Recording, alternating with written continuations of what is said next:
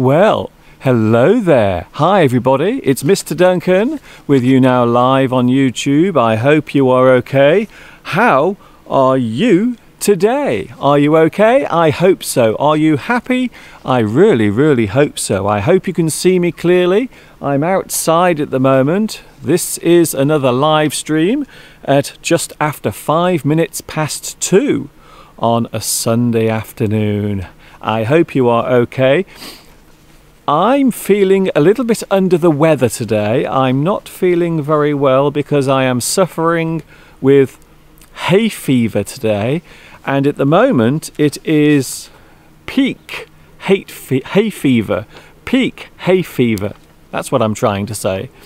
So at the moment it is the peak of the hay fever season, which means that at the moment the pollen in the air is at its highest point.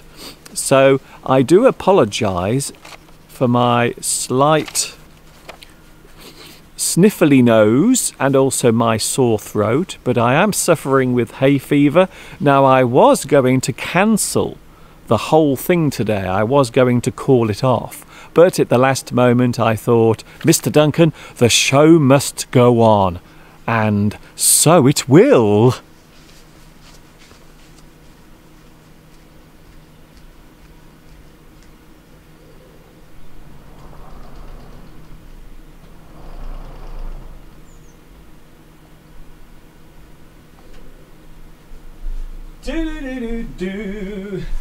Oh, Mr. Duncan has hay fever.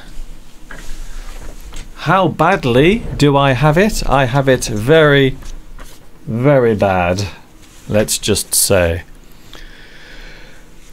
So here we are. Sunday has arrived again. Hello there.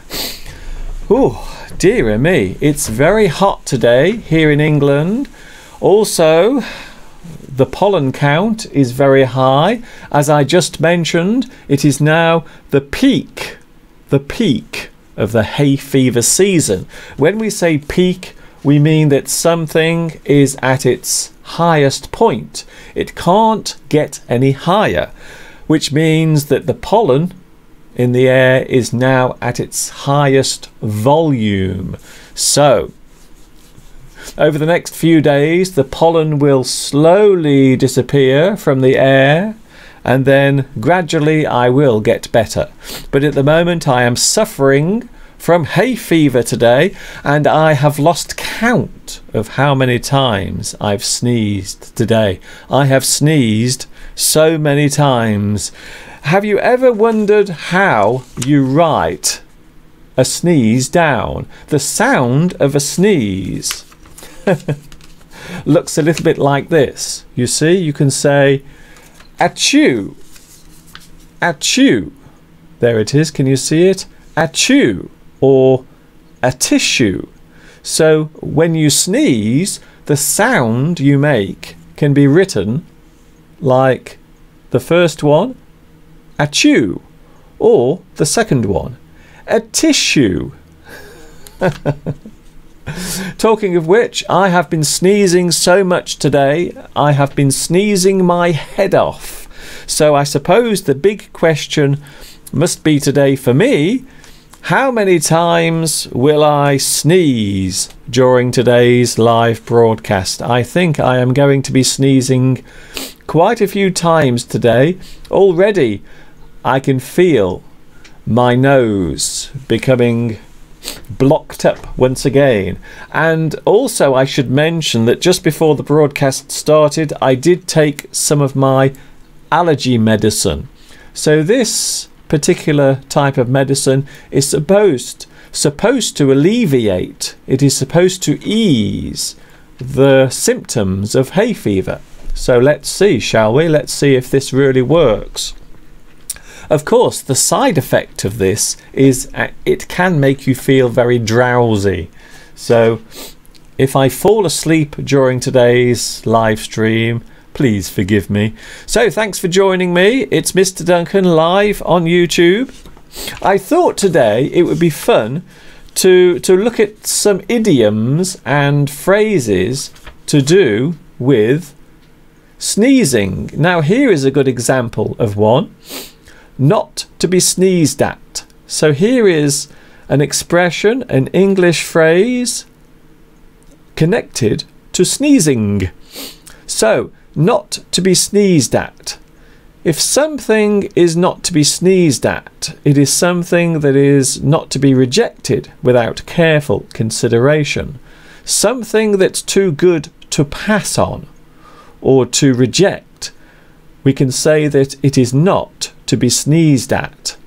So perhaps you see a bargain in a shop. Maybe you can see something, or you find something in a shop that is on sale. We can say perhaps that that price is not to be sneezed at. It means perhaps you shouldn't pass it by. Perhaps you shouldn't reject it. So if something is not to be sneezed at, it means the offer is too good to reject. So let's have a look, shall we? We have lots of people on the live chat at the moment. Thanks for joining me today. I'm not feeling very well. I'm not sick as such, but I am suffering at the moment with hay fever. It is a seasonal illness that I get every single summer. And right now I'm at my worst point because the pollen in the air is at its maximum amount. So at the moment I am really suffering because it is at the moment peak hay fever season. Peak. It can't get any worse than this. It can only get better. So there is something positive to look at. So let's have a look who is on the live chat. I always like to say hello to my lovely students watching all around the world.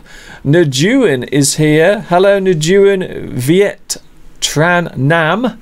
Hello to you. Watching, I believe you are watching in Vietnam. Patricia is here watching in France. Hello Patricia, thanks for joining me on this very strange live stream because today I'm not feeling very well. I have hay fever today, so my nose is blocked up, my throat is very sore, and perhaps during today's broadcast I might be sneezing as well. So I bet you can't wait for that. Lionel is here. Lionel says, hello everybody. Hello to Lionel. Thanks for joining me today. It's a beautiful day outside. Did you see? Did you see it at the start of today's broadcast? It is a beautiful summer's day. You can see that the sun is out and I am taking shade today. So when I'm outside, I will be taking shade underneath the apple tree. Can you see the apple tree there? In the shot, there it is, looking lovely at the moment. There are lots of apples on my apple tree at the moment. Fisea or Fisea Mahari is here. Fisea says, hello from Cape Town. Hello to you as well. Marcelo is here. Hello Marcelo. How am I? How am I today? I'm okay, I suppose, but I am suffering with hay fever at the moment. So my nose is very blocked up because all of the mucous membranes in my nose, they have all swollen because of the pollen in the air. So that's what hay fever is. It is an allergic reaction to pollen. And that's what I'm suffering with today. Attila is here. Hello Attila. Thanks for joining me on the live chat. Nice to see you here. Yuli Pop is watching in Russia. A big privet to Russia. Tin Trong is here. I think you are also watching in Vietnam. Al for, or should I say all for Indonesia, says, hello Mr. Duncan, we can see you clearly. Thank goodness for that. Can you hear me though today? Because my nose is all swollen inside. Ugh, because I've got the dreaded hay fever. Tiago is here. Hello, Mr. Duncan, and hi to everybody. Patricia says hello to Lionel. Isn't that nice? Ahmed is here. Hello, Mr. Duncan, from sunny Helsinki. Hello to Finland, and hello to Ahmed. Ryan is here. Hello, Mr. Duncan. I am Indonesian. Oh, we have quite a few people watching today in Indonesia. A big hello to you. A little bit later on today, we will be going to your part of the world. I will be showing you a video that was filmed way back in 2014. Yes, we are going on holiday today because the holiday season is coming. Of course, the summer months normally mean that all of the schools will close and lots of people will take their holidays. So, one of the questions I must ask today is, are you going on holiday or travelling this year? So, are you going on holiday? Are you going somewhere nice this year?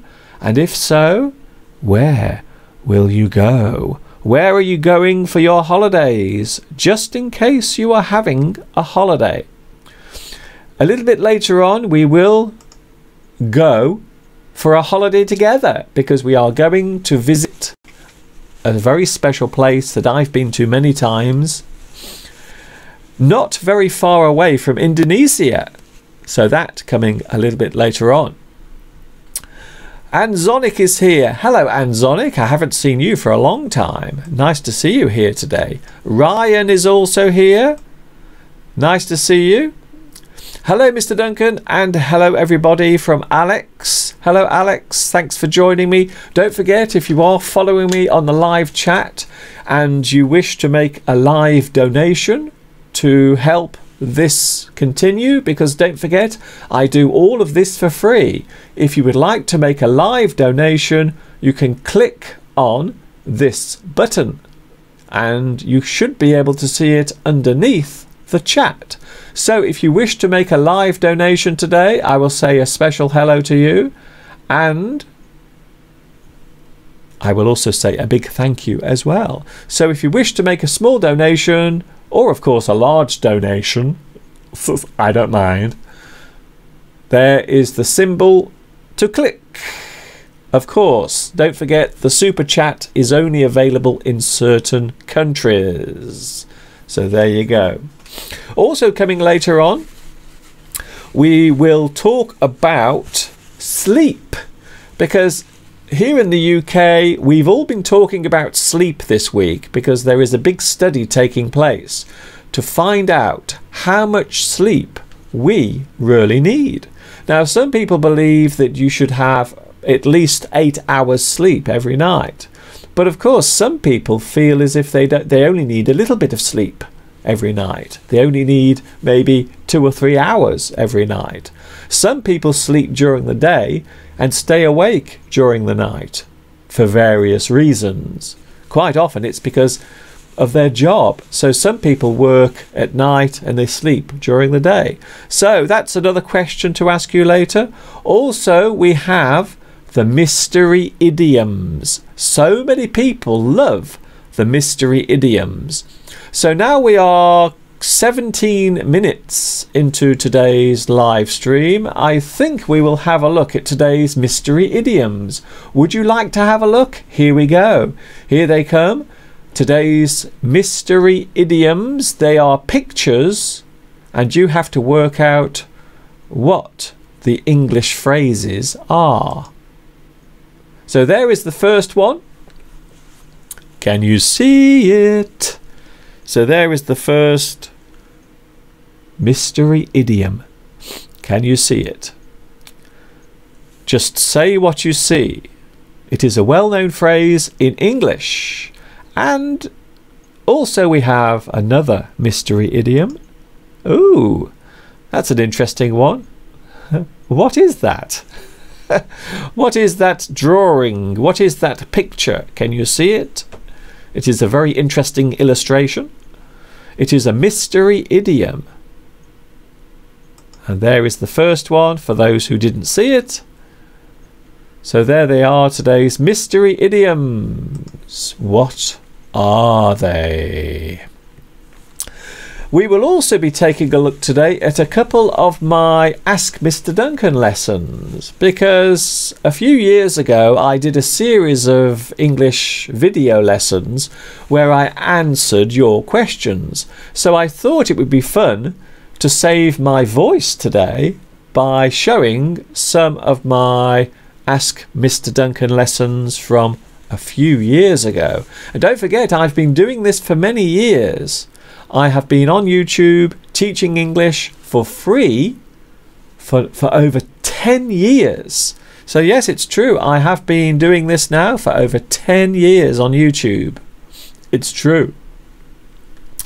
Ahmed says, Mr. Duncan, it's a great idea that you didn't cancel the live stream. Thank you, Ahmed, for that. I was going to cancel it because I didn't feel very well. In fact, yesterday I was so ill because of the hay fever, and even at the moment I feel as if I want to sneeze.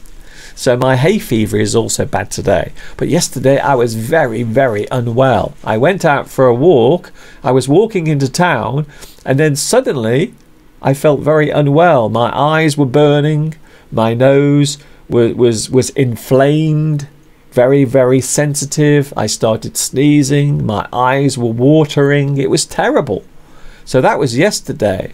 And today I'm still feeling the effects of the hay fever. So please bear with me. Would you like to take a trip? Because we are going to talk about holidays today. We are going to talk about holidays. Very soon we are going to visit a place that I have been to many times, and I also visited in 2014. We will be going there very shortly.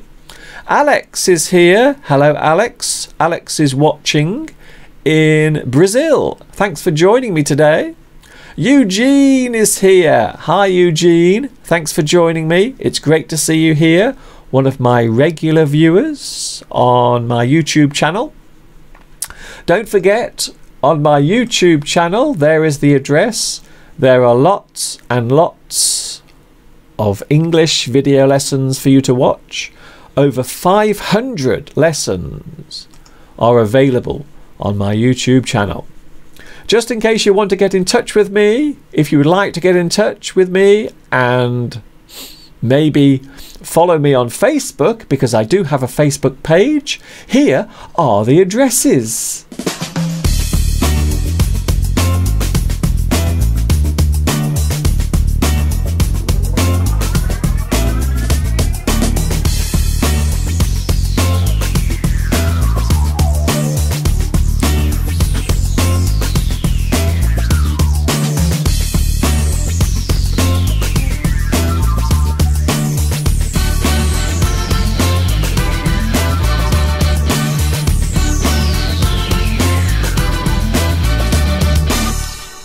Ooh. So now there is no excuse for not knowing where I am. You can follow me on Facebook, you can follow me on YouTube, and you can email me as well. Mohammed Rahim says, I am not going anywhere for my holiday, but I do wish to visit London someday. I haven't been on holiday this year. I didn't go on holiday last year either. I stayed here because I was so busy preparing for my first ever live stream. It is almost 1 year since I started doing these live streams. Can you believe it? I really can't believe that it's been almost a year since I started doing the live streams. I did the first one on the 15th of July 2016. So here we are, nearly a year of live streams on YouTube. Hasn't the time gone quickly? Time really does fly when you're having fun. Gabrielle has made a guess at the mystery idiom. Gabrielle has guessed that the idiom is busy as a bee. Busy as a bee. That's a very good answer, but sadly it isn't the correct one. It isn't the correct answer. And what is the second one? There is the other one. When I first saw that illustration, I thought it looked a bit rude.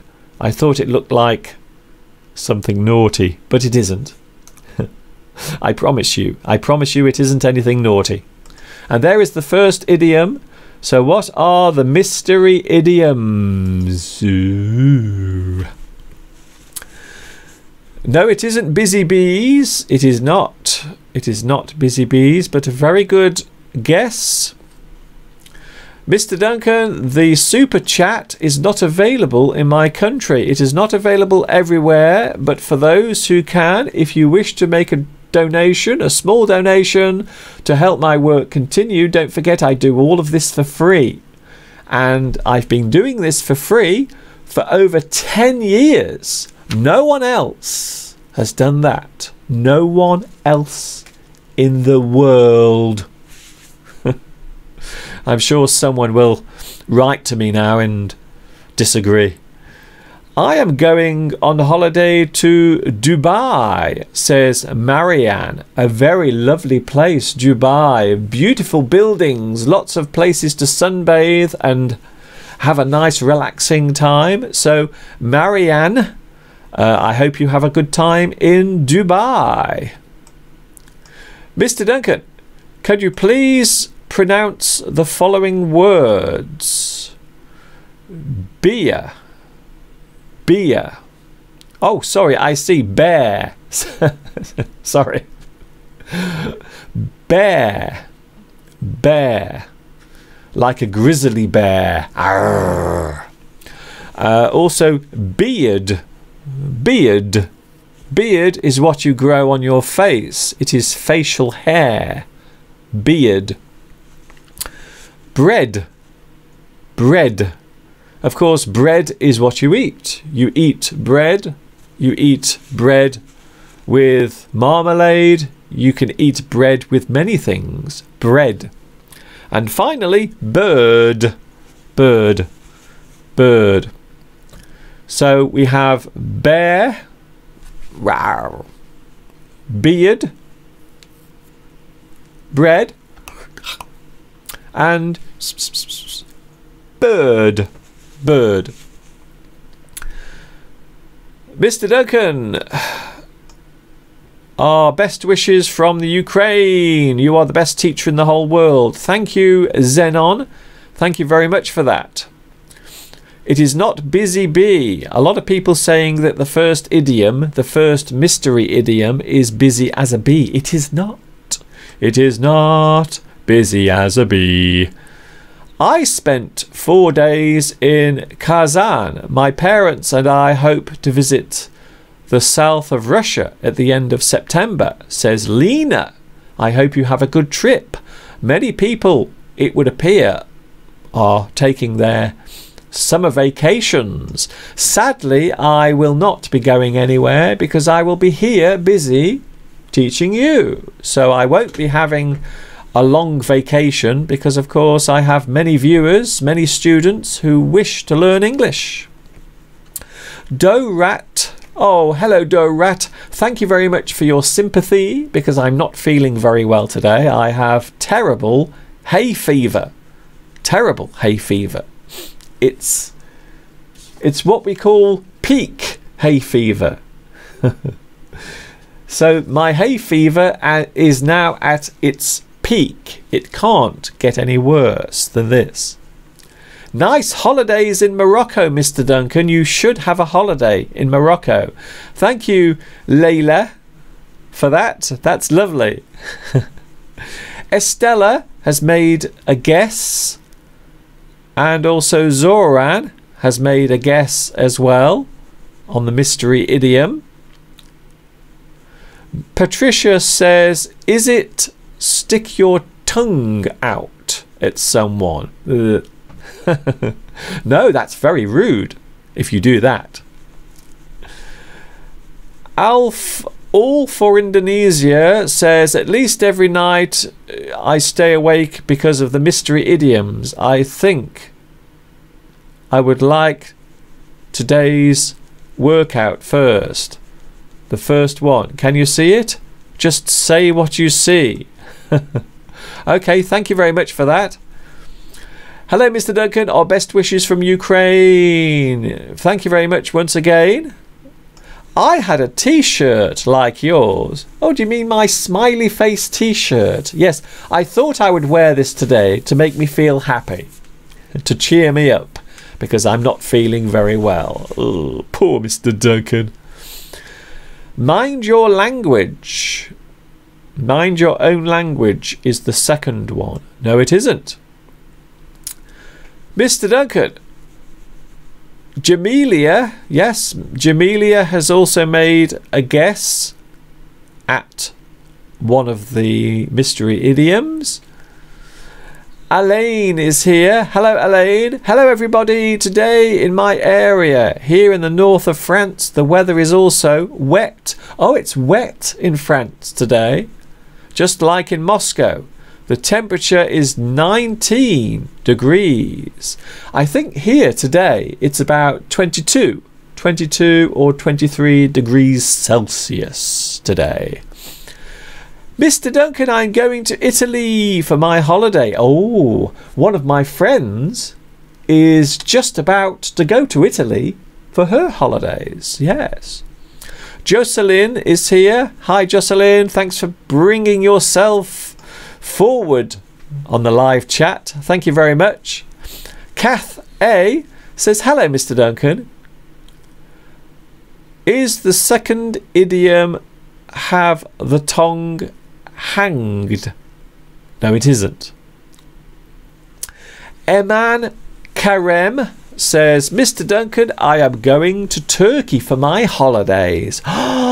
Very nice. I have been to Turkey twice. Yes, a very nice place. Very friendly people. Can you pronounce colleague?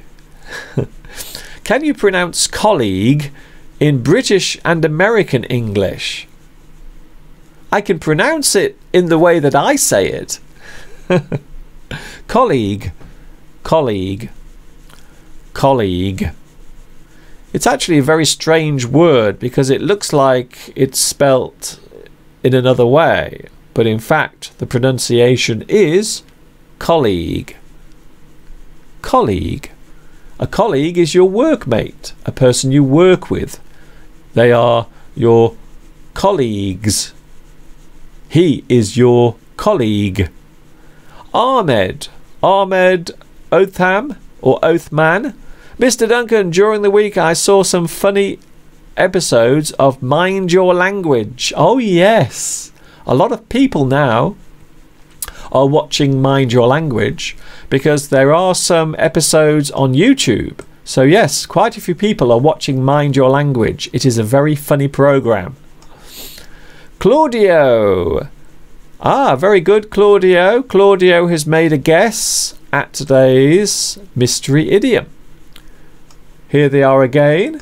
For those who missed them earlier, where were you? And here is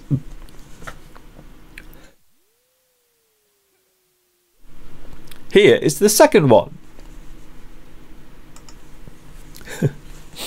Did you hear that? My voice just completely broke then. I have an attack of the hay fever today.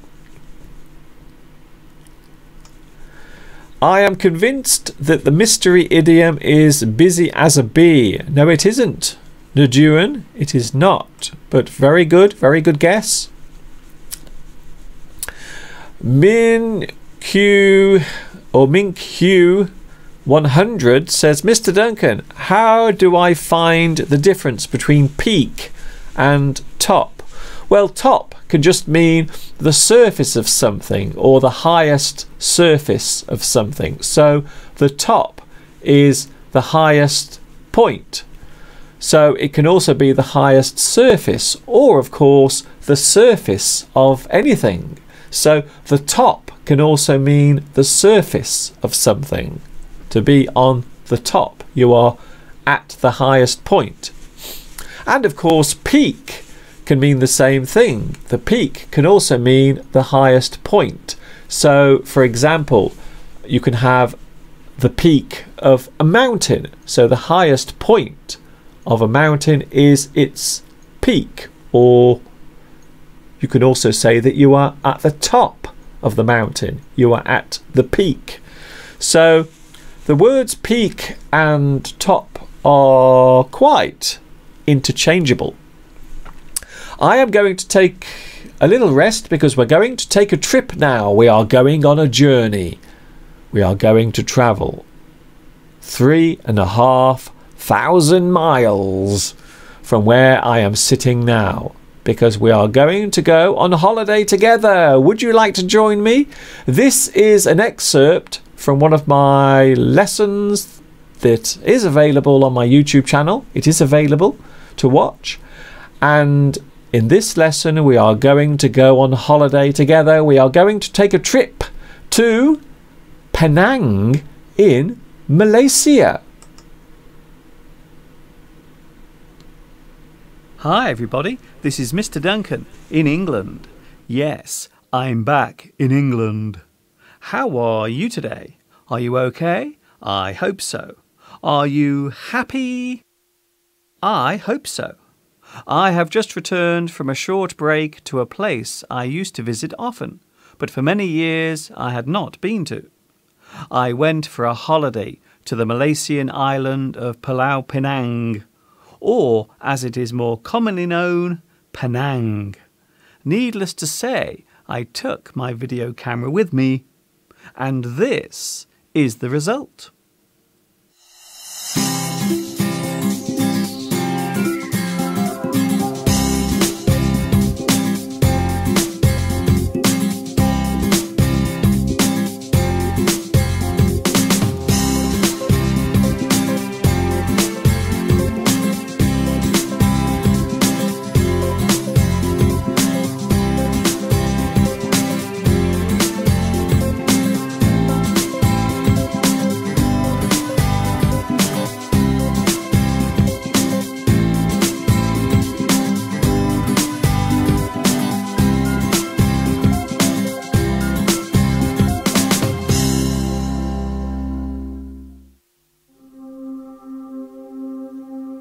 The island of Penang is part of a state of Malaysia. The island itself sits to the northwest coast of the Malaysian mainland. The state of Penang consists of the island and part of the mainland. The island is formally known as Pulau Penang, but it is often referred to as simply Penang. It also has the title the Pearl of the Orient.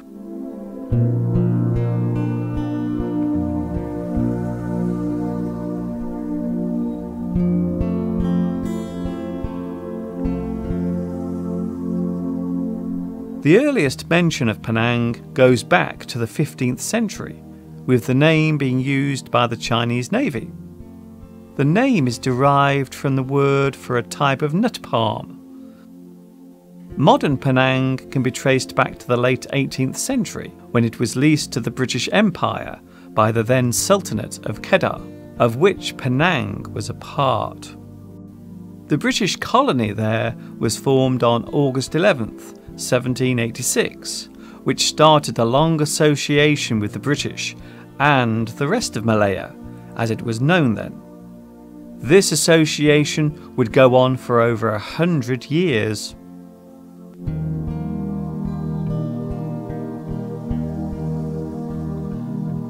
Penang was the first ever British settlement in Southeast Asia, and one of the first to be colonised after the loss of North America. This formed the second wave of the then still powerful British Empire.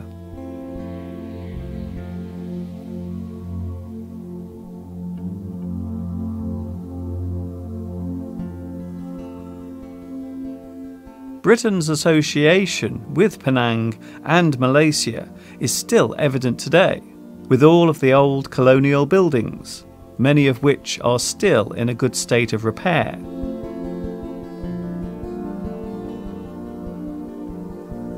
The capital of Penang Island is called Georgetown and is named after Britain's King George III, who was the ruler at the time of its colonisation.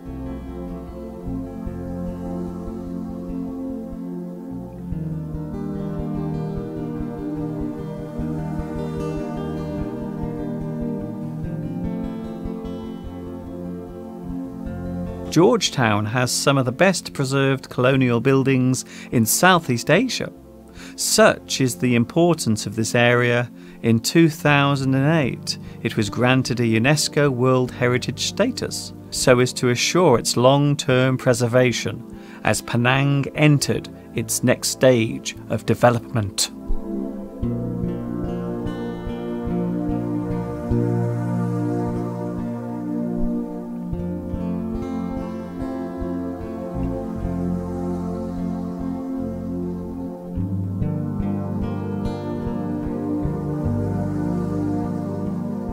The most obvious building in Georgetown is the Komtar Tower, with its distinctive 12-sided geometric shape.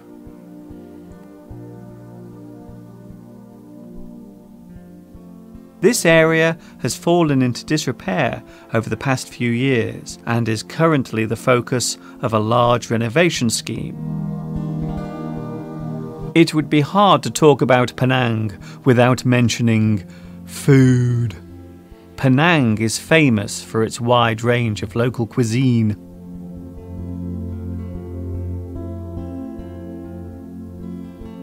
All sorts of food is available here. Malay, Indian, Chinese, and of course, Western. Penang is regarded as serving some of the best food in Asia and is often referred to as the food capital of Malaysia.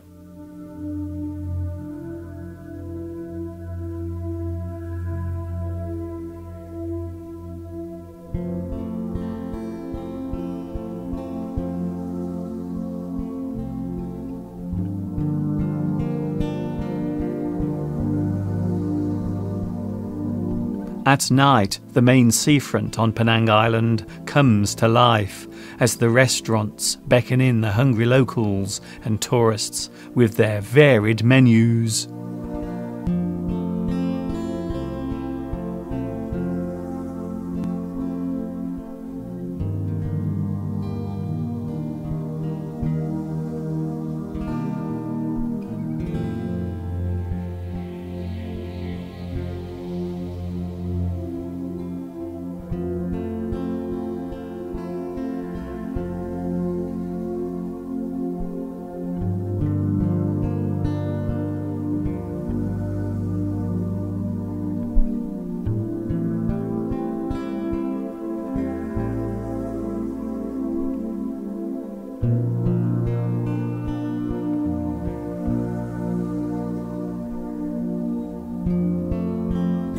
This area is called Gurney Drive and is one of the main focal points on the island.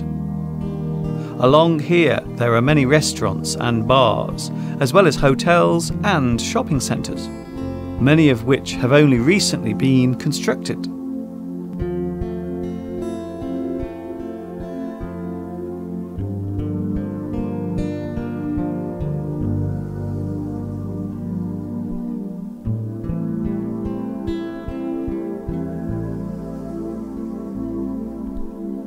The state of Penang is split between the island and the mainland. Access between the mainland and Penang Island is via the Penang Bridge. This 8-mile link carries traffic to and from the island. It is also possible to sail to and from Penang Island via a ferry service. In 2006, a second Penang Bridge was proposed for the island, so as to ease the growing traffic congestion. This second bridge was scheduled for completion in 2013, but delays, including a partial collapse, caused the opening to be put back. The second Penang Bridge was formally opened on March 1st, 2014.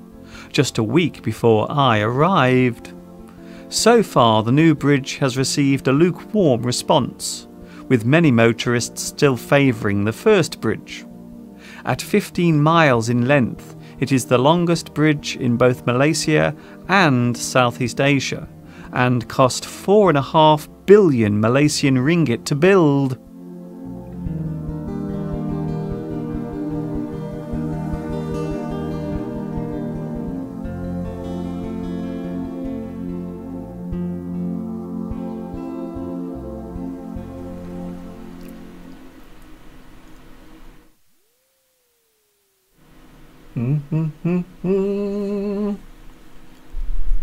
I hope you enjoyed that.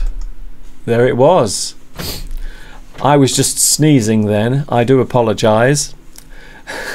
There it was, a lesson all about travelling to the beautiful island of Penang, which is in Malaysia. And that is a lesson that I made way back in 2014. Are you travelling anywhere nice this year? Are you going somewhere lovely? If you are, please let me know.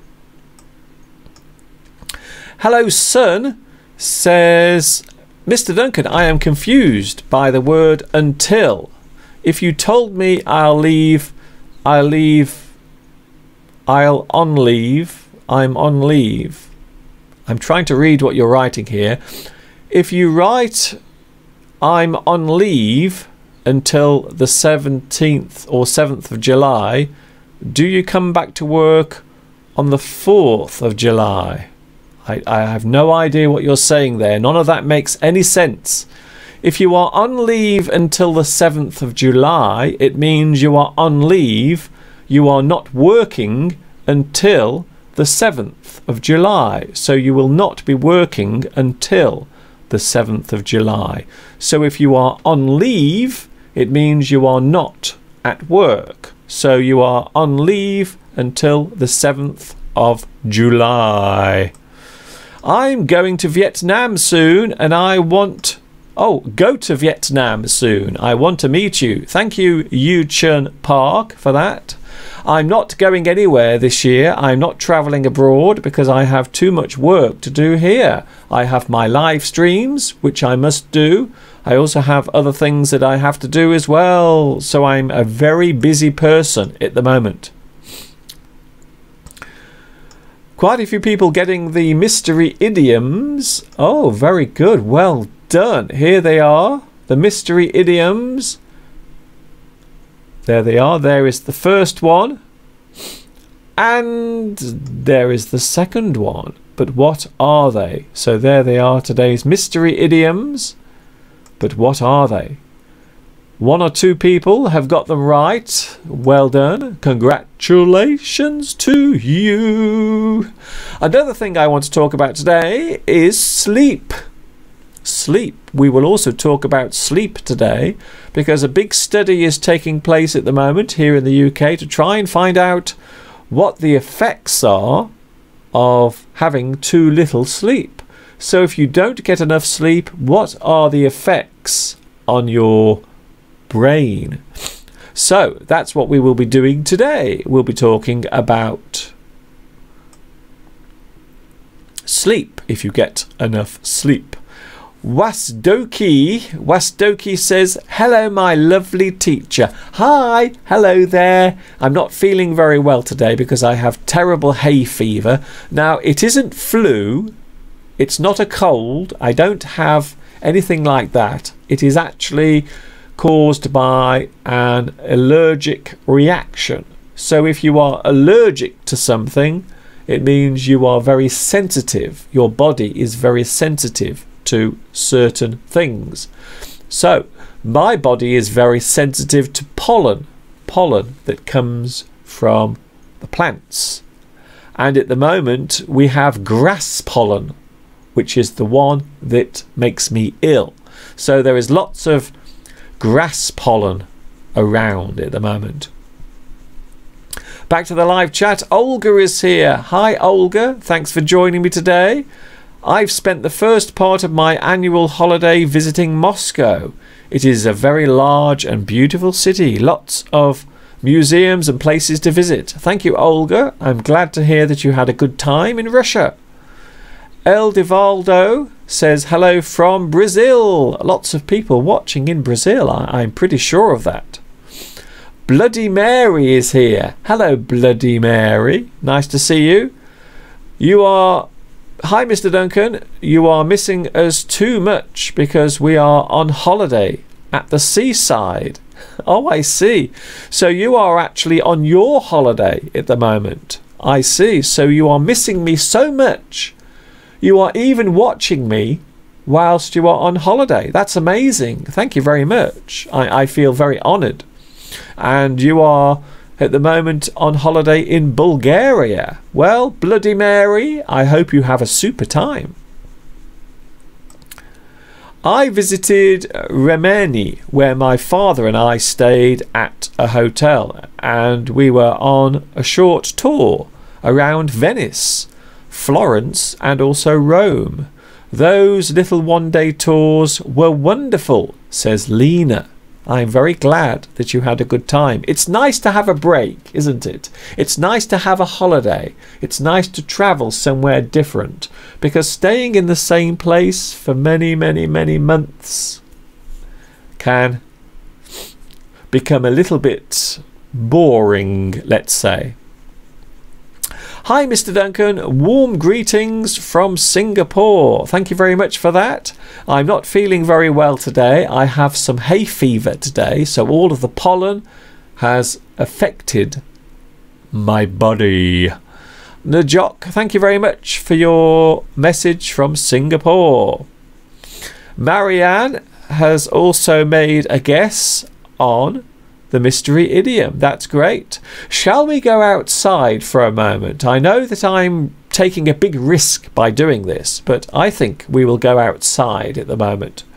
We will go outside right now, and we will have a flash word. Hopefully, I will be able to do it without sneezing or coughing. So let's see. What's the weather doing outside, first of all? Well, as I mentioned earlier, there it is. Look at that. It's looking gorgeous outside right now. So let's go outside and have a flash word, shall we?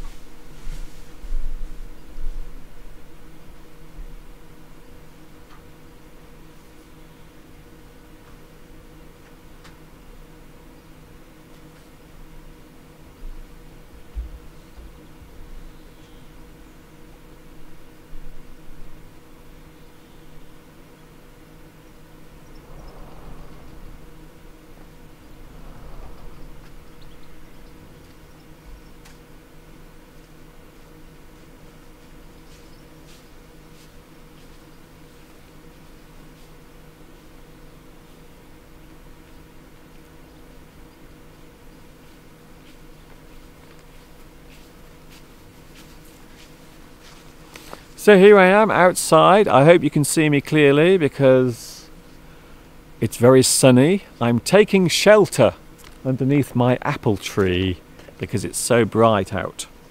So here we go. Here is a flash word just for you. Again, I hope you can see it clearly on the screen.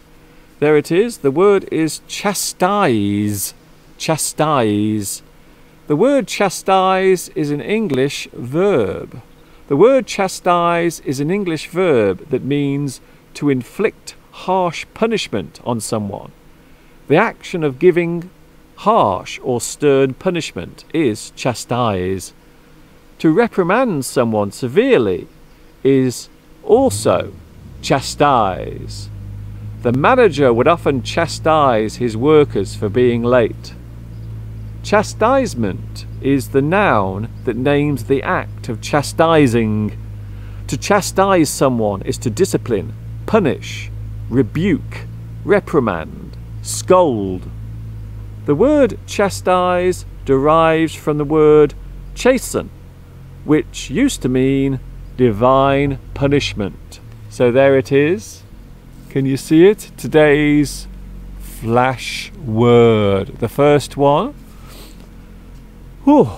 Oh, I seem to have made it through that without sneezing. I thought I was going to sneeze because at the moment the air is full of pollen. There is pollen everywhere in the air.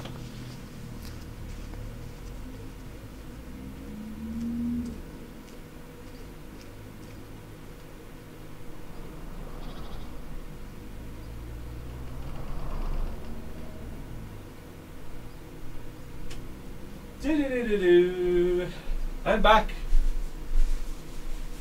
I'm back. Oh dear me. They say that there are certain things you should never do I think one of those things is never try to present a live program across the internet when you have hay fever, and also when you have taken lots of medicine as well. I've been taking these, you see. Yesterday and today I've been taking these pills to help give me relief from my hay fever. They seem to be working, but also they have a terrible side effect. They have a side effect which makes you fall asleep. So if I suddenly fall asleep, please don't panic. There is nothing wrong with your computer. It's just me. Lots of people now talking about holidays. Everyone wants to talk about holidays. Yuchun Park asks, what do you think about people who eat dog meat in some countries? Well, I know that in certain countries, in China for example, in certain parts of China they do eat dog meat. Whilst I was in China, I never did. I never did eat dog meat. In fact, I didn't even see any restaurants that sold dog meat. So it's only certain parts of China. I know there are other countries as well that eat dog meat.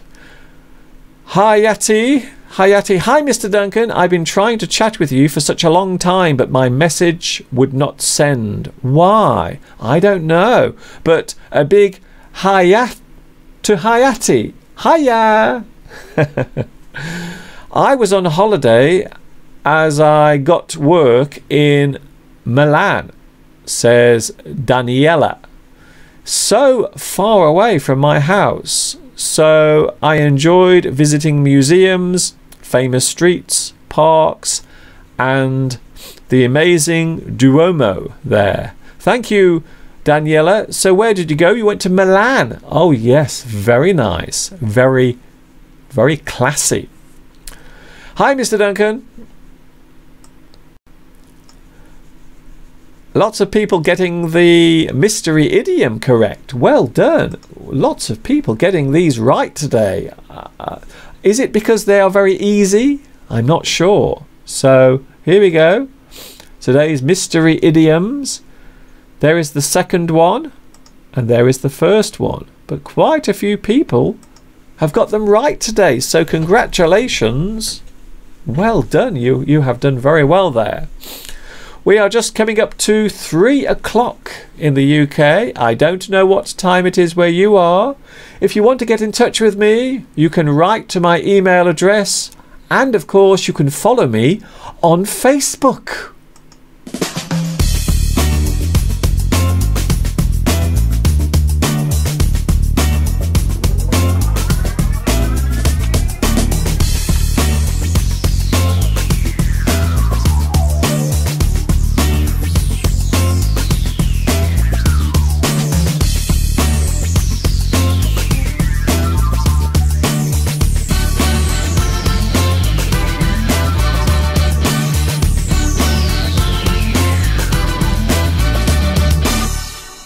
Do-do-do-do. Yes, we are live across the World Wide Web on a Sunday afternoon. If you would like to make a donation on the live chat, don't forget you are more than welcome to. Also, I have a Patreon account as well. If you would like also to send a small donation, you are more than welcome. No problem. That would be very pleasing, in fact. So I'm on Facebook. For those who missed the address, there it is. You can catch me on Facebook. And believe it or not, I also have an Instagram account as well. You can catch me on Instagram with lots of photographs from my everyday life. And as I mentioned just, also I am on Patreon as well. If you would like to make a regular donation to help this continue, because I spend all of my time teaching you for free. It costs nothing. It costs you nothing. So you can catch me on Instagram and of course on Facebook as well. I am all over the internet. It's true. It's true. The live chat is very busy. Let's have a look. I've noticed that the live chat does something very strange, because after a while it will go back to the beginning. So as I'm reading your messages, suddenly, I don't know why, the live chat will jump back to the beginning. It's very annoying, especially when you're presenting live. In August, I will be going to Brighton. Oh, very nice. Lionel Garbale says, I will be going to Brighton for 3 months to improve my English. Well done, Lionel. I hope you have a nice time. And of course, during August, the weather normally here in the UK is very nice. So hopefully you will have a very nice time in Brighton. The weather should be nice. And of course, Brighton is by the sea. So yes, you are very lucky. I hope you have a super time in Brighton. Hello, Mr. Duncan. Please come to Kurdistan. Oh, as I read that message, it disappeared. I don't know how or why. Hello from the world's capital, Rome. Chiambi is here. Hello to you. Thanks for joining me. Do you know Brighton, Mr. Duncan? It sounds like a very nice town. Yes, Brighton is a coastal town. It is on the south coast of England, and it's a very nice place, very friendly, lots of interesting places to explore, lots of nice places to eat, lots of interesting bars as well. So yes, Brighton is a good place to go to and stay at. Hello, son. I will go to France in September. Oh, I see. And also Siem Reap in February 2018. Wow, you are really planning your holidays there. You are planning ahead. I like it. Claudio has made a guess at the idiom, or one of them. A still tongue keeps a wise head. That is an interesting expression, but it isn't the one that I'm looking for. Gendrio says, hello, Mr. Duncan. Hi from H-Town in Texas. Oh, I see. You are really in Texas at the moment. Well, I suppose I should say howdy. Or maybe not. Pinit says, good evening, Mr. Duncan. It's Pinit from Thailand. I wish you get well soon from your hay fever. Yes, hopefully over the next few days my hay fever will slowly go away as the pollen in the air disappears. So hopefully over the next few days my hay fever will gradually disappear. I hope so. Let's have a look at one of my Ask Mr. Duncan lessons, shall we? Ask Mr. Duncan is a series of lessons where I answer your questions. This is taken from Ask Mr. Duncan number 16, where I sit and answer your English questions.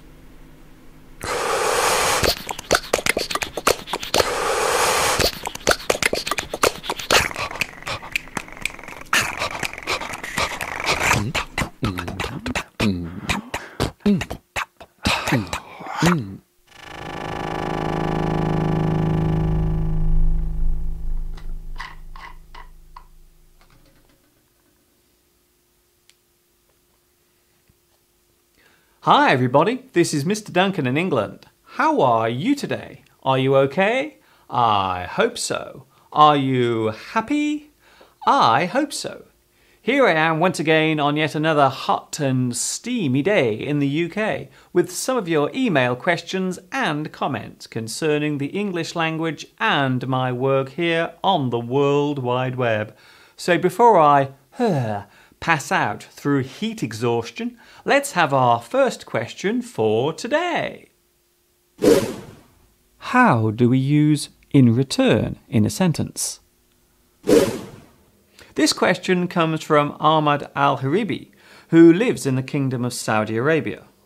The words in return form a clause in a sentence, which shows that a favour must be repaid with a favour also.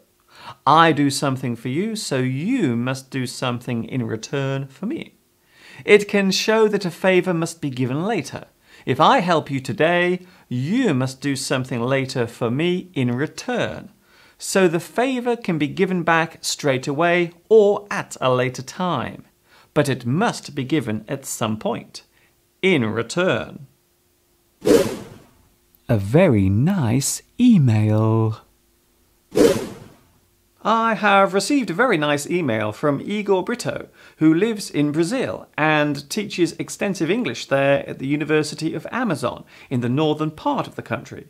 Igor writes to thank me on behalf of his students for my lessons. Well, thank you, Igor, for your very touching words, and a big hello to you and your students in Belém do Pará. Will you ever go back to China? What drives you to create so much work? This question comes from Wei, or Simon to use his English name, who works in China. As many of you may know, I have worked in China teaching ESL, which I did for over 4 years between 2003 and 2007.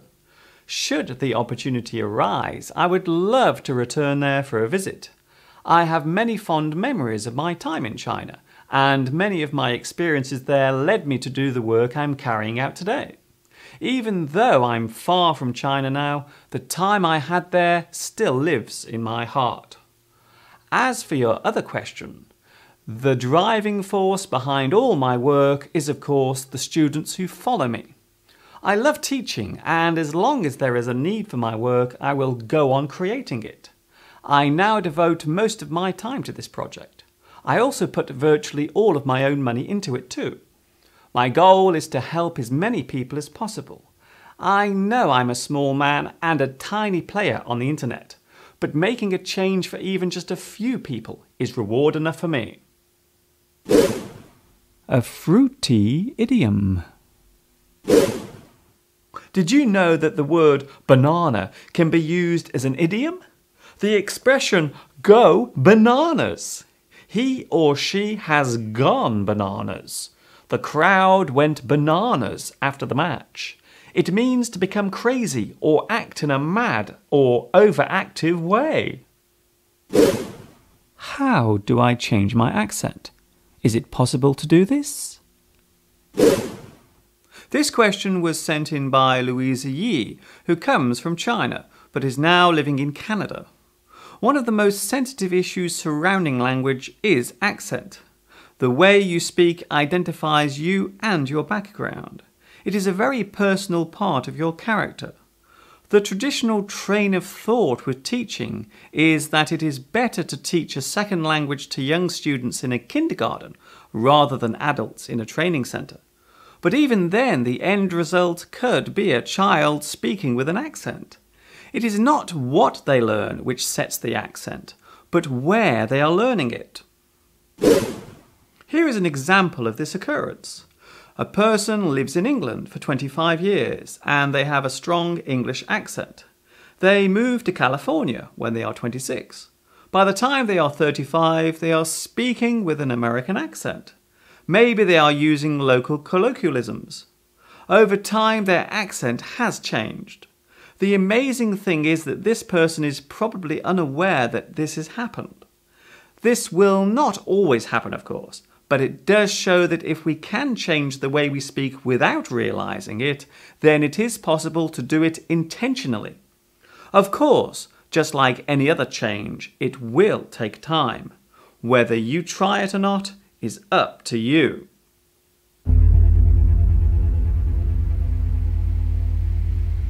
That feels so good.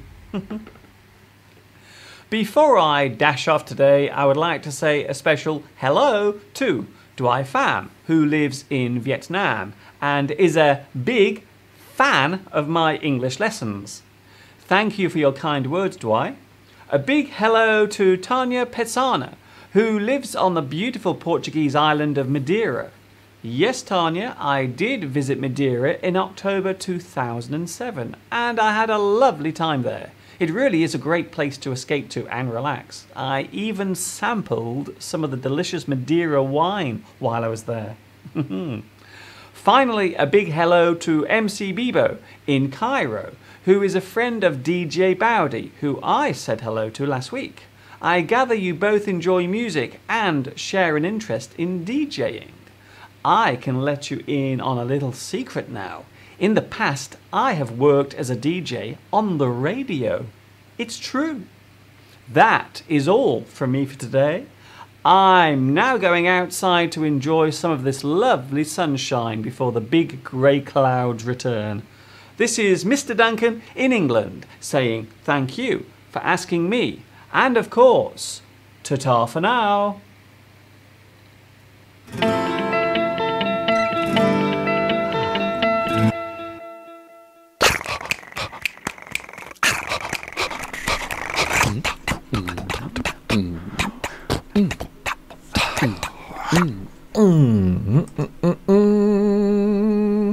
There it was.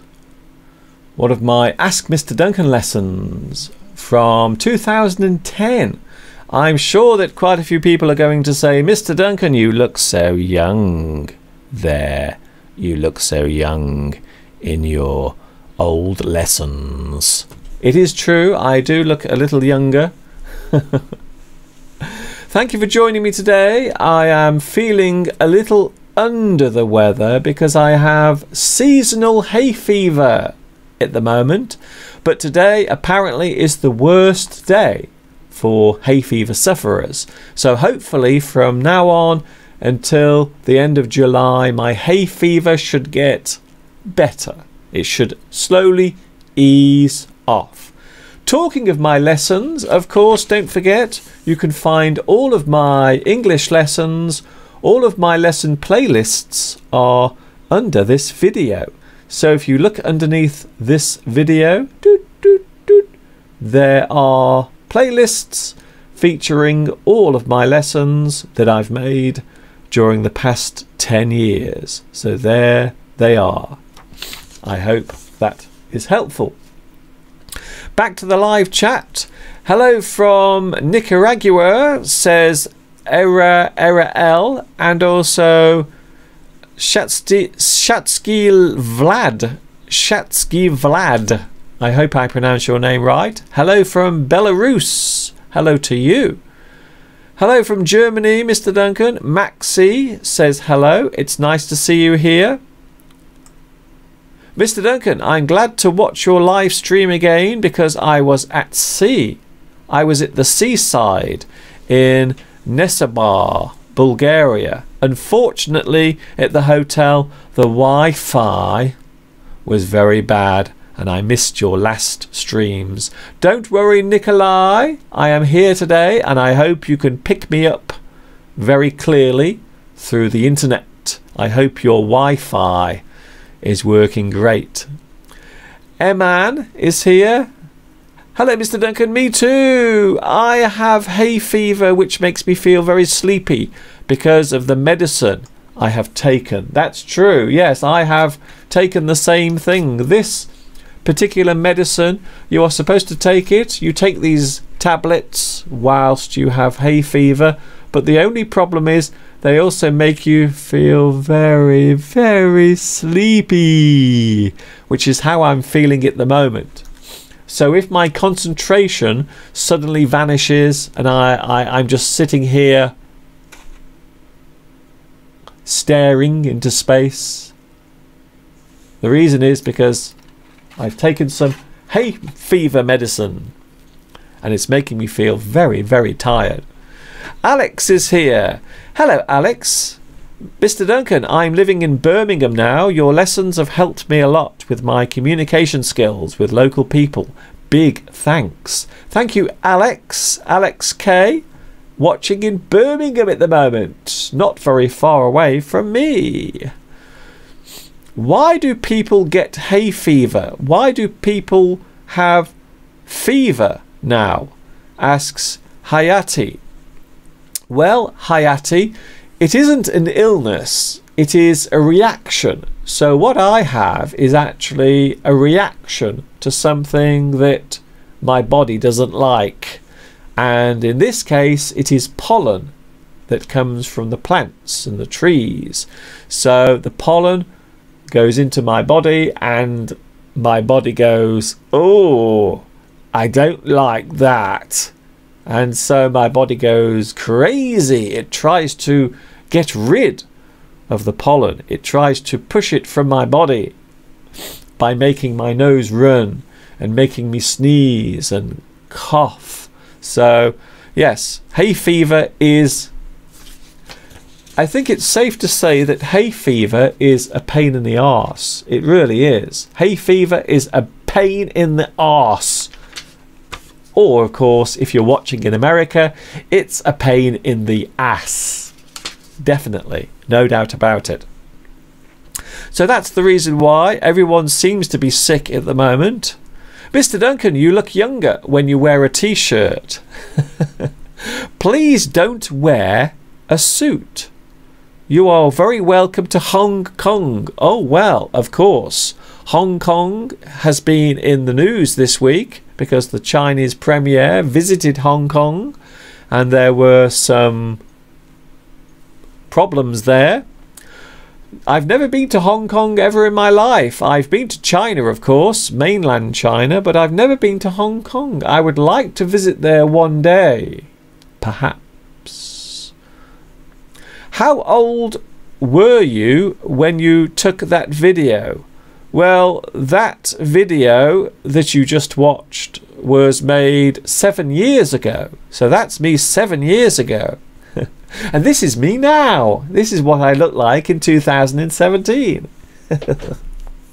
Unless, of course, you are watching this in 2025, in which case I will probably look a little bit older.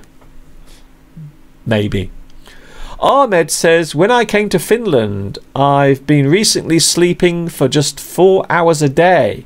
That's not very many hours because I started a new life. So I have to work hard and study hard as well. Can you believe it? Well, sometimes life can be very hectic, especially when you start something new or you start out on a new adventure in your life. So yes, I can believe it, but 4 hours doesn't sound very many. So how many hours sleep do you get? How many hours of sleep do you need? How much sleep do you usually get? Please let me know. As for me, I like to have around about 7.5, maybe 8 hours sleep every night. But sometimes I'm very naughty. Sometimes I stay up till very late, maybe 2 or even 3 o'clock in the morning, and then I go to bed. And then, of course, the next day I feel really tired. I feel so tired the next day. But of course, it's my own fault. So how many hours sleep do you get? How many hours sleep do you have? Chiambi says, I have heard from a friend of mine who lives in the UK, and she said that she took part in a marathon. A marathon. So it means a very long run. You run for a very long distance. What is it? 24 miles, is it? 24 miles? I feel that a marathon is around about 24, maybe 25 miles. I'm probably wrong. I have never run a marathon in my life, you see. I've never done it. I've never tried to run a marathon.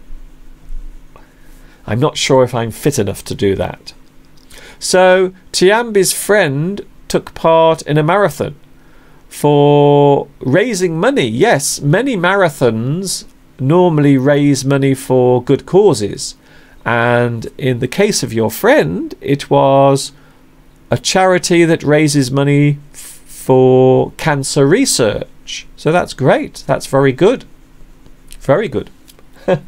I have a fly that keeps landing on my face. There is a fly in here.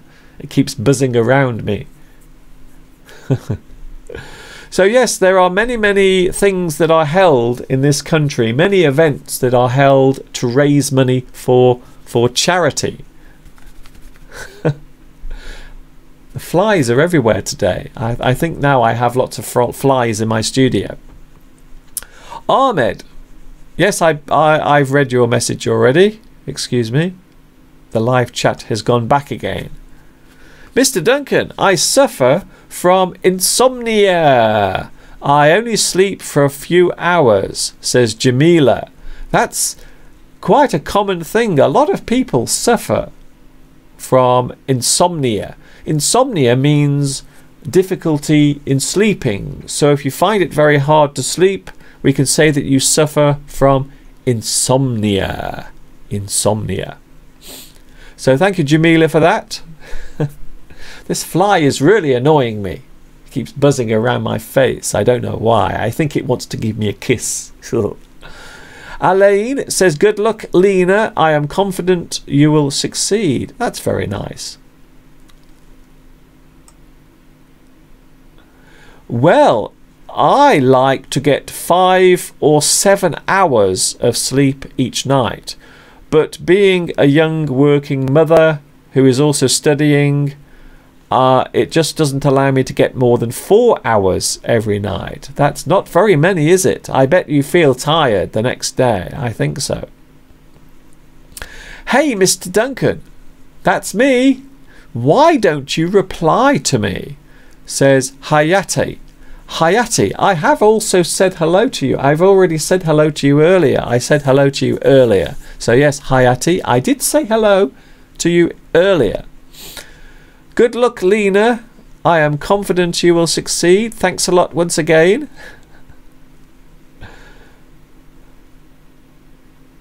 Silkst is a town in Belarus, and it is located in the Sluch River, which is 150 kilometers south of Minsk. Belarus. Yes, Belarus is in Europe. I think it's on the border of Russia and also Ukraine. I think so. Belarus. It is landlocked. So Belarus is surrounded by countries, so there isn't any ocean nearby. Belarus. Thank you very much for that. Mr. Duncan, when the BBC makes a documentary about teachers teaching English to all the world, Much Wenlock will be as famous as Penny Lane, says Estella. I'm not sure about that. I'm not sure if the BBC would ever want to feature me on their channel. They might lose all their viewers. Nelson, Mr. Duncan, I am Nelson from Brazil. I sent you a photograph of the Manuka tree in my garden by email. Did you see it? Yes, I did. I did get your email, Nelson. Thank you very much for that. I did see your tree. Looking very lovely. Cassandra says, yesterday I watched a video about Nikola Tesla, and he used to sleep an hour now and again during the day. Yes, also, I tell you who else used to get very little sleep. Margaret Thatcher. She used to be the Prime Minister of this country way back in the 1980s. And Margaret Thatcher used to only get 2 or 3 hours sleep every night. Mr. Duncan, you always look young because of your lovely sprite you have. I'm not sure about that. I don't feel very lively or bright today. I feel a little unwell because I have hay fever. I'm very glad though, because today so far I haven't sneezed once.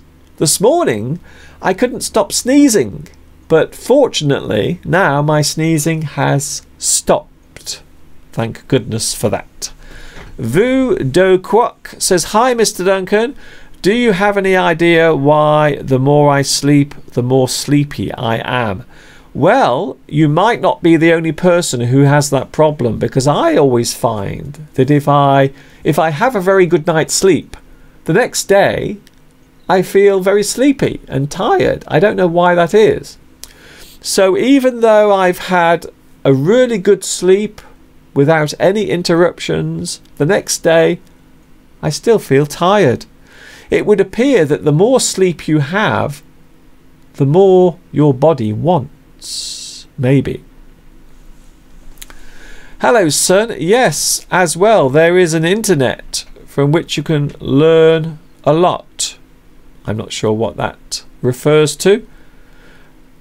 The second idiom. Let's have a look at our mystery idioms before I fall asleep.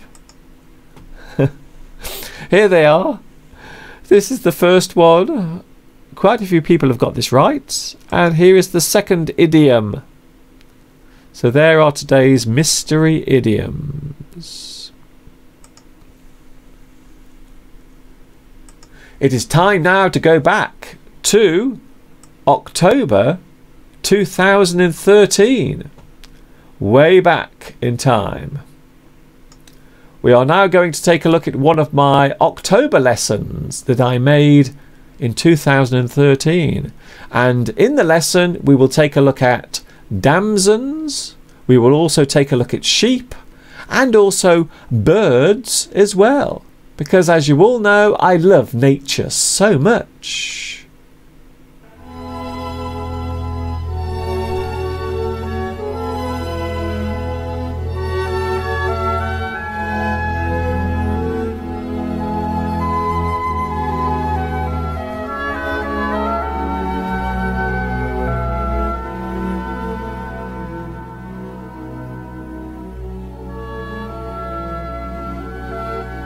Good morning, everyone. Hi, and welcome to day 5 of 31 days of Dunktober. How are you on this fine Saturday morning? Oh, the weekend has arrived. I bet you are very happy about that. Here I am out in my garden this morning because it is a glorious morning here in Much Wenlock. I am in my garden, and just behind my house you can see here. Look, there are some sheep having a little sleep because they have been very busy all morning, chewing away and grazing on the field over there. Good morning, sheep. Morning. How are you today? Are you okay? I hope so. I have received quite a few messages concerning my damson jam. I think I am going to have to start selling my damson jam on the internet because it seems very popular. Okay, I have a confession to make. I did not make the damson jam. It has nothing to do with me whatsoever. So I cannot claim responsibility for the damson jam. In fact, it's Mr. Steve. He's the one that's gone a little bit crazy over it. So he's very excited at the moment because he is making tons of damson jam. The tree is right here. The damson tree is right here. In fact, if I go down to the ground here, look, lots and lots of damsons. Quite a few have fallen on the floor. So ew, I think those have gone a bit bad. Ugh. Anyway, if you would like some of my damson jam, please send your address and I will post a slice of bread with some damson jam on it.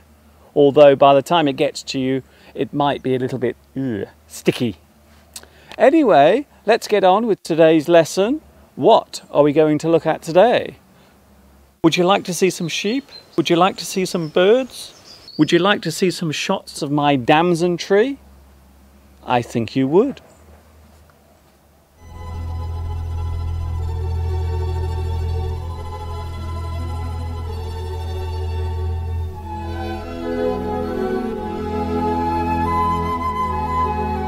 This particular flock of sheep have been grazing in this field for just a couple of weeks. Earlier in the year there were some ewes in this field, along with their newborn lambs. A ewe is a female sheep.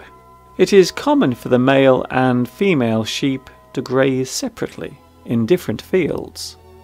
Lambs tend to be born in springtime, although this is not always the case, as some can be born in early to midsummer as well. Sheep mainly eat grass. They make a great addition to any field, as they help to keep everything neat and the grass stays low.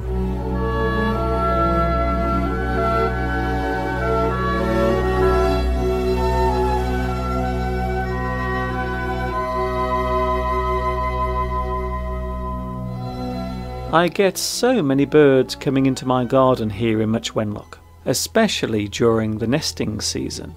Right now, the most common birds in my garden are blue tits, great tits, and long-tailed tits. Look at their lovely long tails, so cute.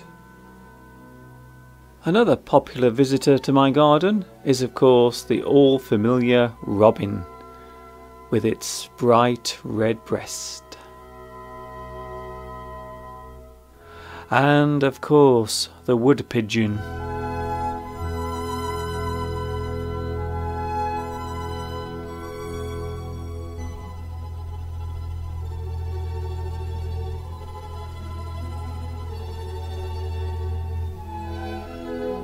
The damson tree, which everyone is so excited about right now.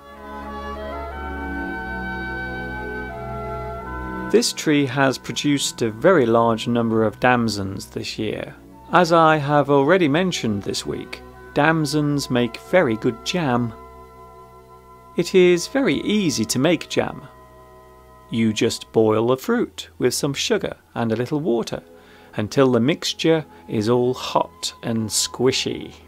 Then you strain the liquid to remove the stones.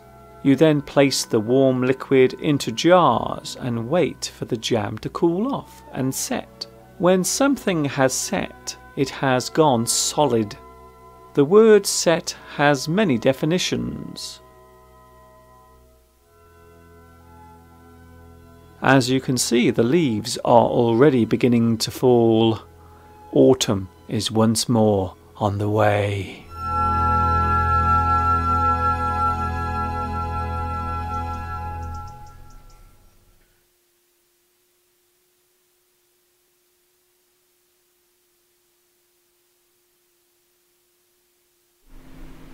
There it was, one of my 31 days of Dunktober that I made way back in October 2013. I hope you enjoyed the beautiful sights and the sounds there from a few years ago. Meanwhile, live, and this is a live view now, this is live in the garden. So what you just watched was made in 2013, but this is live. This is the garden as it looks right now. There are lots of birds flying around. The birds have been very busy recently because they are all raising their young. Now, one or two people have asked, Mr. Duncan, where is your magic fly swatter? Yes, I have my fly racket for squishing and getting rid of the flies. Well, guess what? I have it here. Here it is. I have it now. And can you believe it? The fly has disappeared. So now I have my fly zapper, but unfortunately the fly has disappeared. I can't find it now.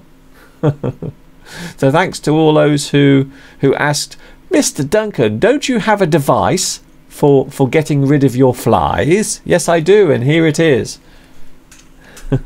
This in fact was my mystery object about 3 or 4 weeks ago. Do you remember? It was. Uitchen Park. Have you ever been to Holland? I did go to the Netherlands about 20 years ago. I went to the Netherlands and had a wonderful time there. A very interesting place. Lots of canals in Holland. Lots of canals and narrow boats. And all of the streets and the cafes, they are all very close to the canals. So yes, very nice place, very interesting. Julie G, yes Julie, My magic fly racket is now here, but sadly the fly has disappeared. Ahmed asks, did you ever visit Turkey? Yes, I have been to Turkey twice in the past. Twice. And both times I had a wonderful trip. I had 2 wonderful holidays in Turkey. So, are you going anywhere this year? Are you going on holiday? Are you going to take a trip somewhere nice? If you are, please let me know. If you are going to travel to a nice place, maybe somewhere different, away from where you live, please let me know. Sadly, I will not be taking a holiday this year. I am very busy here doing my live streams and also teaching English to you via YouTube. Yes. Don't forget, in a few days' time, in fact on the 15th of July, it will be the first anniversary of my first live stream. So it's nearly a year since I started doing these live streams. And I must say, the time has gone by so quickly. And don't forget, I have been here on YouTube making my lessons, making my videos for over 10 years. It's true. Sadly, I can't see the live stream because there are lots of interruptions. Oh, Massimo, I'm very sorry to hear that. But here is some good news, because this whole live stream will be available later on YouTube, so you can watch this again later. And of course, later on, there will also be subtitles as well. Don't forget that. Don't forget, if you watch my live stream after it has finished, after it has been recorded on YouTube, there will be subtitles added later. It's true. Mika Ode is here. Hi Mika, thanks for joining me today, all the way from Japan. I have worked at night for 8 years. At that time I wasn't healthy. Indeed, now I work at midday and have good exercise, so I am fine. I realise sleep at night is very important for us and for our health. It is. Yes, most people seem to agree that you should have maybe 7 or 8 hours sleep every night. So in one night, 8 hours sleep. But of course, some people can get by, they can survive by having just a little sleep every day. Not me. Not me. I am really feeling blocked up today. My nose is blocked up because I'm suffering from hay fever. I have my seasonal allergy. Not very nice at all.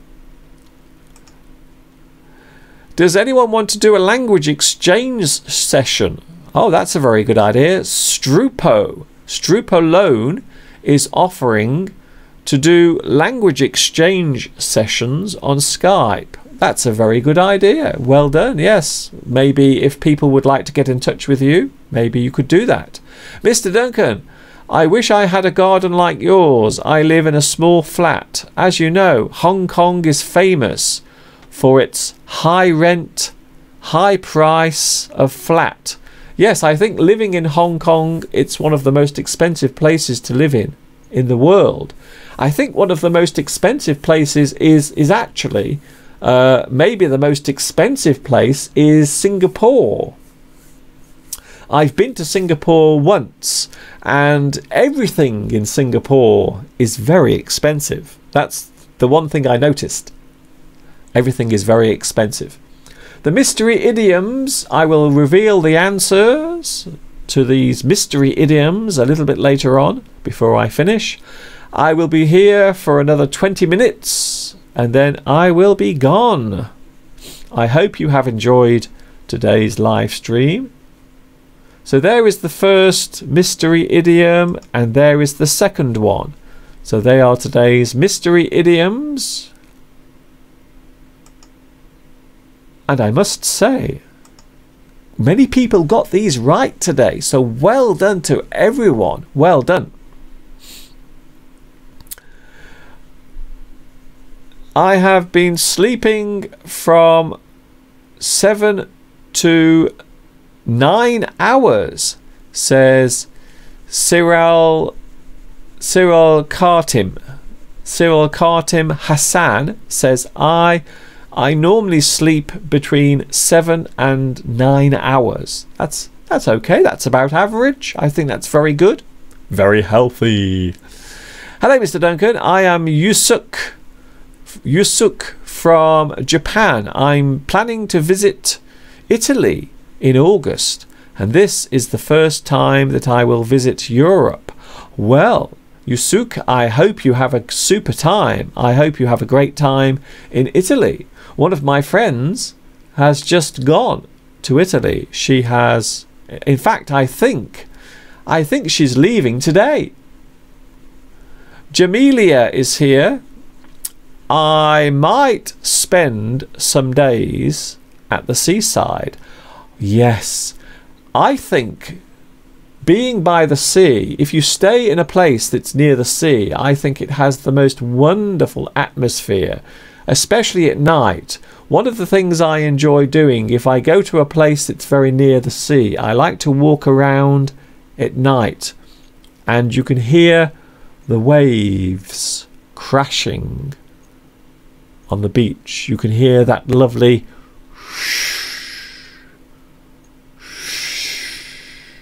the sound of the waves. I love the sound of the waves, especially at night, because you can't see the water, but you can hear it, and it's a very, very interesting feeling. I am going to take my diploma in translation exam on January, or should I say in January 2018. Probably you have already read about it. I'm not sure of that, as the connection has failed. Yes, I saw your message earlier. Thank you very much for that, and good luck for January 2018 for your translation exam. I hope it goes well. Hello, Mr. Duncan. I am from St. Petersburg. Irina is here, or Irina. I am planning to travel to the UK. I will be going to Norwich. Oh yes, Norwich is kind of the east of England. Roma is here. Hello, Roma. Don't be shy. Say hello. Hung Din says, Mr. Duncan, I am going to visit you next summer. What? You are coming here to Much Wenlock to see me? Really? Wow.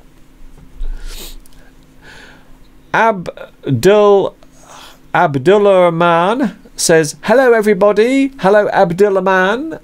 Thank you for joining me today. It is live English for another 20 minutes, around 20 minutes, and then I will go because I need to have a lie down in a dark room to recover, because I'm feeling a little unwell today because of my hay fever. What's the difference between the two terms drought and famine? Drought normally refers to a shortage of water. Famine normally refers to a shortage of food, or of course food and water. So drought is a shortage of water. Famine is a shortage of food and water. So all food. Hi sir, Niten is here. Hello Niten, is it your first time watching me today? Perhaps. Eugene, hello Eugene. Mr. Duncan, your sadness about going on holiday may make students feel uncomfortable.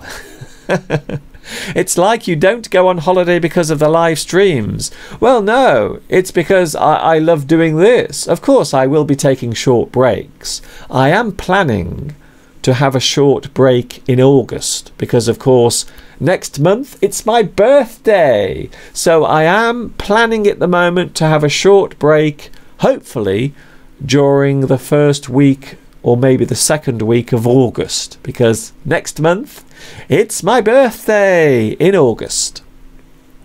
So no, I'm not trying to make you feel guilty. What I'm trying to do is tell you just how much I love doing this. I do. I love doing this. If I could come here every day and do this, it would be great. But of course, I would be too tired. Hello, Mr. Duncan. I'm saying hi from Bogota, says David Zapata. I love your name, by the way. David Eugenio Quintana Zapata. Wow, that's a great name. I love it. Roma says, hello again. I'm not shy. Oh, okay. Welcome back, Roma. I'm glad to hear that you are not shy.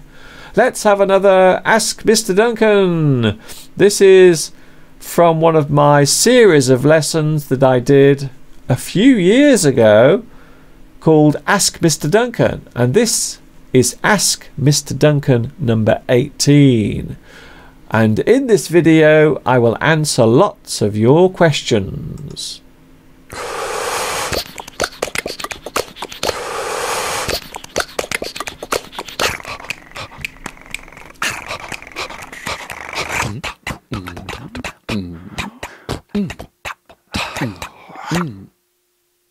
Something about Phil Collins. He's going bald. He's going bald, he's got no hair. No. He's got a little line in the middle of his head. And I quite like it at the moment because I've just had all my hair shaved off. Have you? I look like a bother boy at the moment. He does. I look like a bother boy with Oh, I imagined you with longish hair. No, I'm a bother boy without the stammering eye. That's an earring. That's what they call me. So I feel quite good that the fact that... That's enough of that. Hi everybody. This is Mr. Duncan in England. How are you today? Are you okay? I hope so. Are you happy? I hope so. Another week has flown by, and where do we all find ourselves? Yes, back here once again for another sift through your email questions and comments concerning the English language and my work right here on the web. So without any more pondering or pontification, let's have our first question for today. Are there any differences between the words everyone and everybody?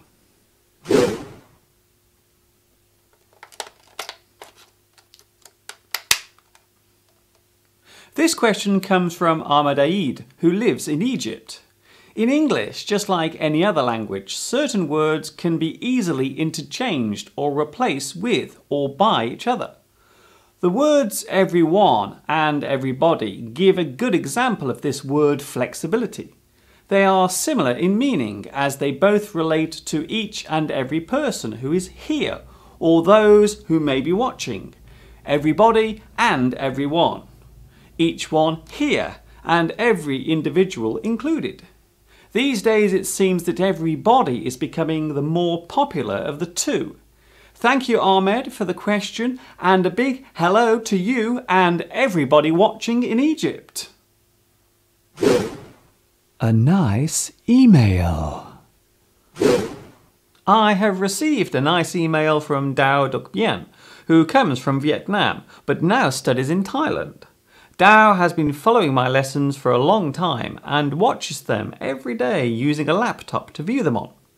Dao asks if it is possible for me to make some lessons about human emotions and inspirations. Well, some of my early lessons have been remade and cover some emotional issues, such as being happy and sad, good and bad. And coming soon, a lesson all about worry and stress. This particular lesson will be posted as the new Lesson 8. Thank you, Dao, for your kind words and enjoy your time in Thailand. How are your lessons going to help us to speak English? Hey there. Hey.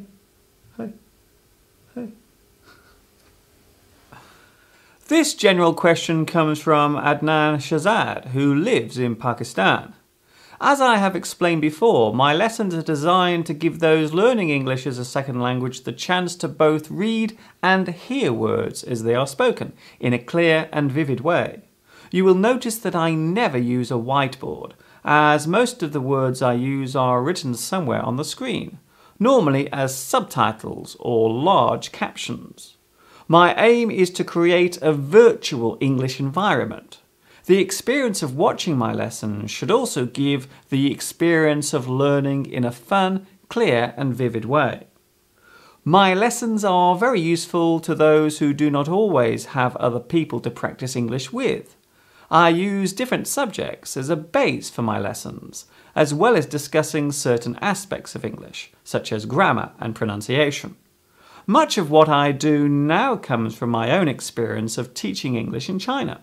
Fully understanding the difficulties faced by those learning English has allowed me to carefully craft each lesson in a way which will introduce new words and give examples of expressive English. Another nice email. Another nice email now, this time from Farid Agayev, who writes all the way from Baku in Azerbaijan. Apparently my lessons are followed there by many people, which is always nice to hear. I'm happy that you decided to write to me, and thank you for your suggestion for more grammar lessons.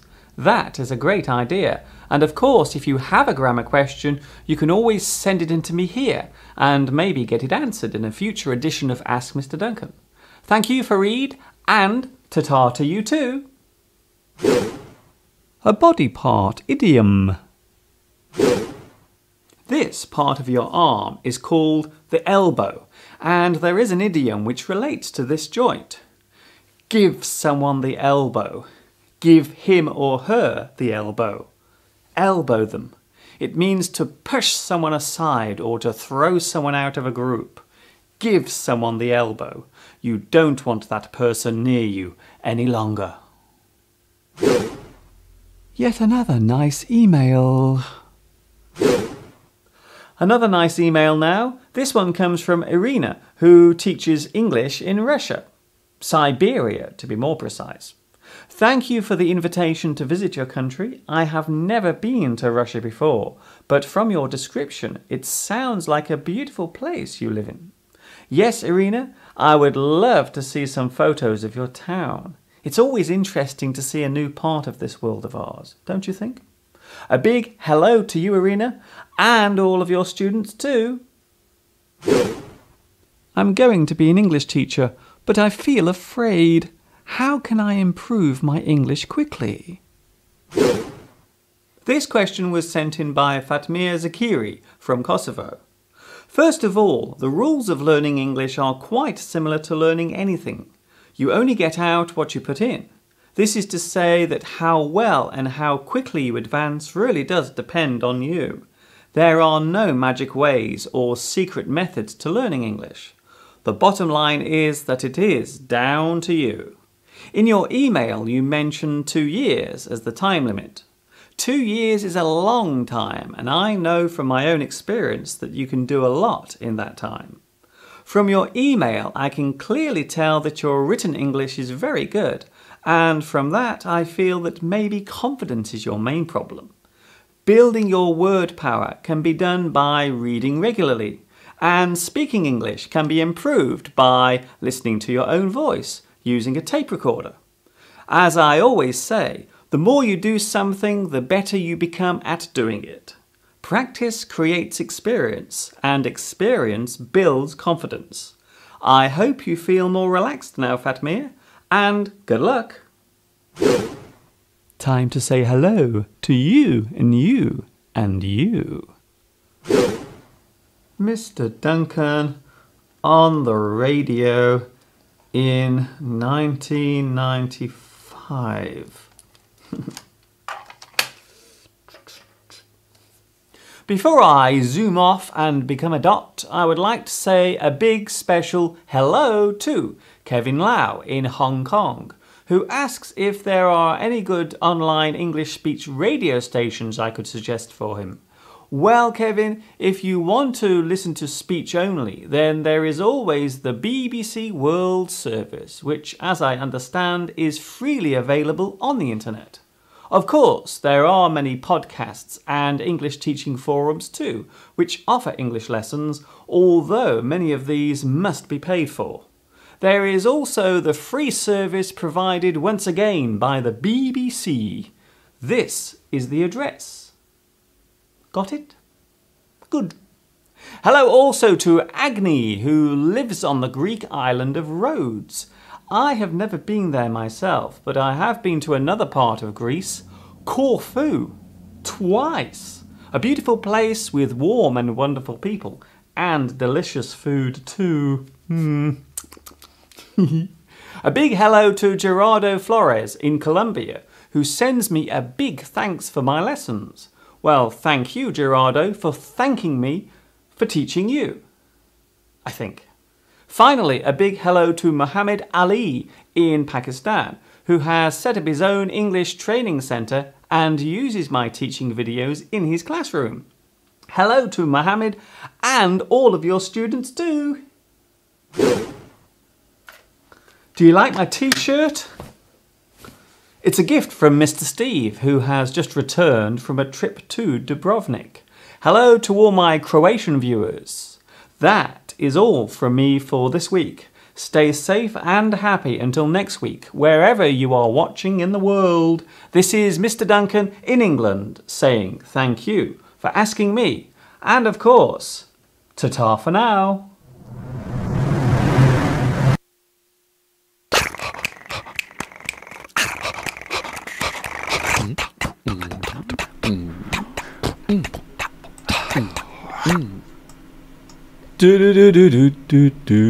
So there it was. One of my Ask Mr. Duncan lessons from 2010. I'm sure lots of people will be saying, you look so different 7 years ago. It's true.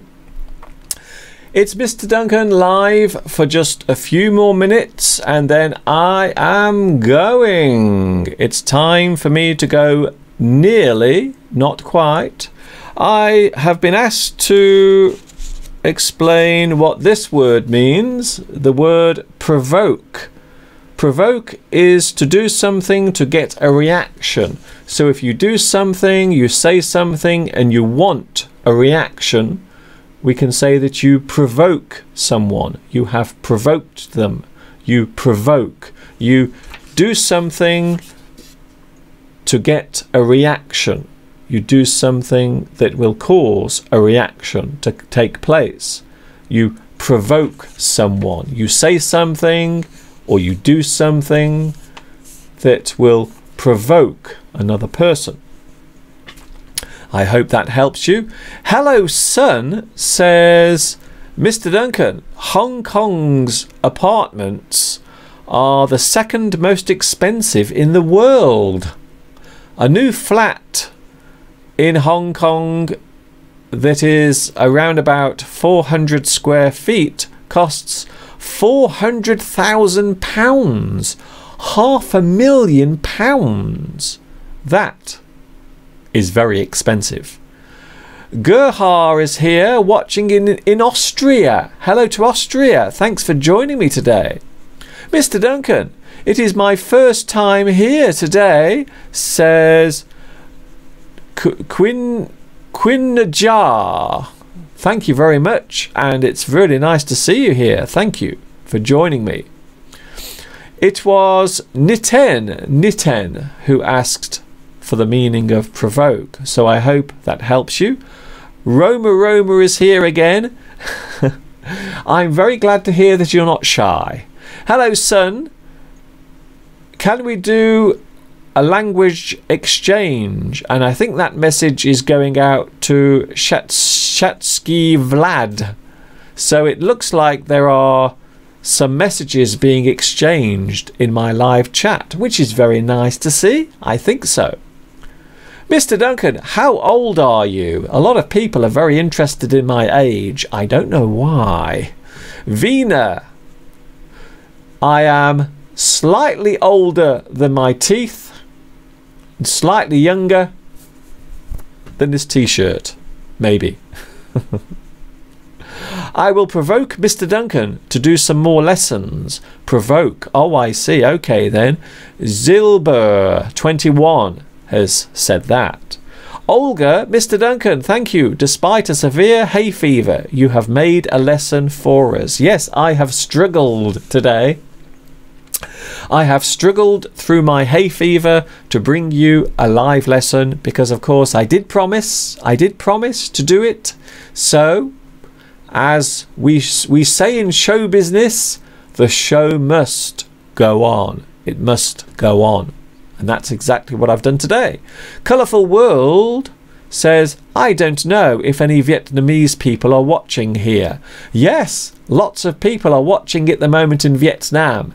It's just that many are very shy, I think. They don't want to say hello. But I do know that I have lots of viewers watching in Vietnam. A big hello to everyone watching in Vietnam. What do you think about teaching English in Vietnam? Do you mean me? Personally, I don't know. Maybe in the future.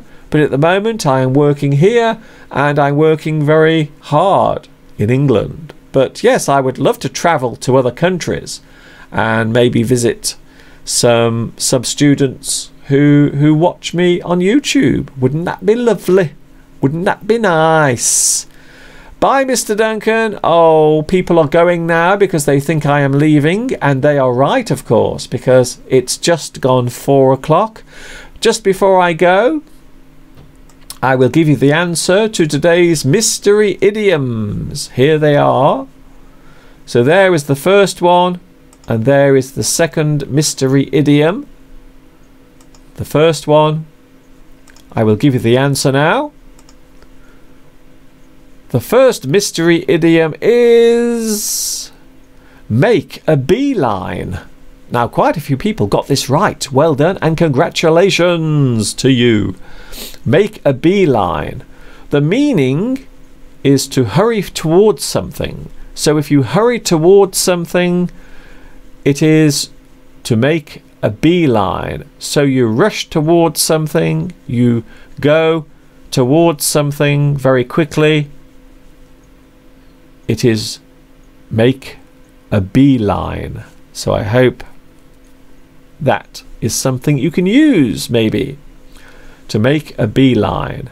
And the second mystery idiom, here it is. Today's second mystery idiom, the answer. Quite a few people got this as well. So well done. The answer is... it's on the tip of my tongue. If something is on the tip of your tongue, it means it's something almost, but not quite, brought to mind. So if something is almost, but not quite, brought to mind, it means basically that you can't quite remember it. It is in your memory, but you can't recall it straight away. So if something is on the tip of your tongue, it means it is in your memory, but you can't quite bring it to mind. You can't quite remember it. So there they were, today's mystery idioms. It's on the tip of my tongue and make a beeline. And that, as they say, is that. Roberto Oliveira da Silva says, hello, it's my first time here. Where are you from, Mr. Duncan? I am now broadcasting to you live from England. That is where I am right now. It is time for me to go. So if you have just joined me, I'm very sorry, but don't worry. There is some good news because later you can watch the whole live stream again. Yes. So if you want to watch all of this again, you can, and hopefully there will be some subtitles as well. Bahad has made a comment about my age. Oh, isn't that nice? Thank you very much for that. Bahad says, I don't look my age. Thank you very much. That's very kind. Olga says, have a great one, Mr. Duncan. Yes, I will have a super evening. I hope you have a great day as well. Enjoy the rest of your weekend. I hope it goes well. And of course, enjoy the week. I will be back next Sunday. Don't forget, I am here every Sunday from 2 p.m. UK time. You can catch me on YouTube every Sunday, 2 p.m. UK time, with live English. That's the reason why I am here. And of course, don't forget, you can find all of my lessons under this video. Underneath, all of my lessons are right under here on the playlists. That is it. I'm going to have a big sneeze, and after that I'm going to prepare some supper. Tonight I'm having salmon again. Yes, it is Sunday, and every Sunday I always treat myself to a little piece of salmon. So I'm going to cook that right now. I will see you next Sunday. This is Mr. Duncan in the birthplace of English saying thank you very much for watching me today. And I will see you next Sunday, live from 2 p.m. UK time. Thanks to Ute, thanks to Tiago, Levi, Julie, Vu Do Kwok, Nishant. Thank you very much for watching me. Nishant, watching in India. A goodbye, a big goodbye to India, a big goodbye to everyone watching today. Thanks for joining me. I haven't been well today because I'm suffering from hay fever, but hopefully next Sunday I will be back bright and well. Hopefully. This is Mr. Duncan saying goodbye to Colourful World, Lionel, Estrade, Daniela, and also Eugene, and Anna, Francisco, and one more. Let's have one more goodbye. Wasdoki Eve. This is Mr. Duncan saying catch you later. Have a great day. Have a super week. And of course, I will see you next Sunday, 2 p.m. UK time. Don't forget, be there or be somewhere else. You know what's coming next. Ta-ta for now. Achoo!